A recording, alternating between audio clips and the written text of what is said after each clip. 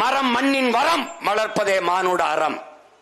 மரம் மழை, மரம் காற்று, மூச்சு காற்று, மரம் பறவை பட்சிகளின் வீடு, அவைகளுக்கான உணவு என்று மரத்தை நட்டு வைத்து வளர்த்துவிட முடியும்.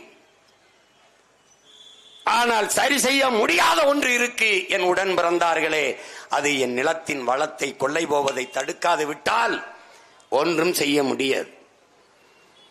உங்களால் மணலை உருவாக்க முடியுமா? உங்களால் மலைகளை திருப்பி உருவாக்க முடியுமா? உங்களால் உருவாக்க முடியாத ஒன்றை அழிக்கிற உரிமையை உங்களுக்கு கொடுத்தது யார்?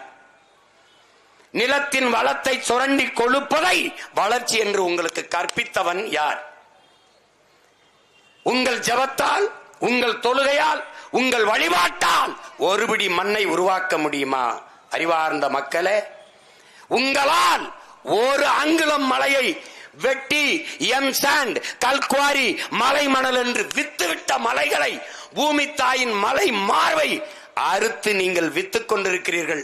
உங்களால் அரையங்கிற மலையை உங்கள் அதிகாரத்தால் உருவாக்கிவிட முடியுமா? உங்கள் சட்டங்களால், திட்டங்களால் அந்த மலையை உருவாக்க முடியுமா?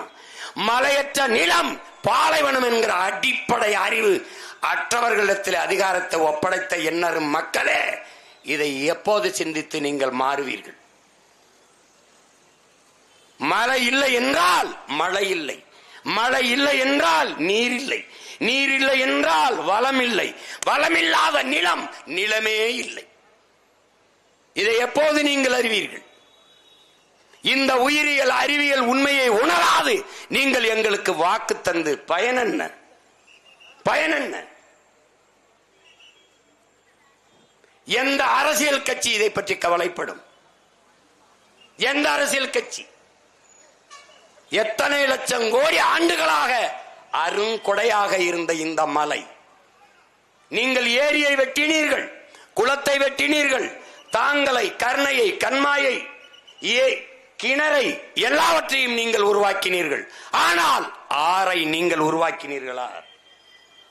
நம் பாட்டனா, நம் முப்பாட்டனா, நம் மூதாதையர்களா? யார் உருவாக்கியது?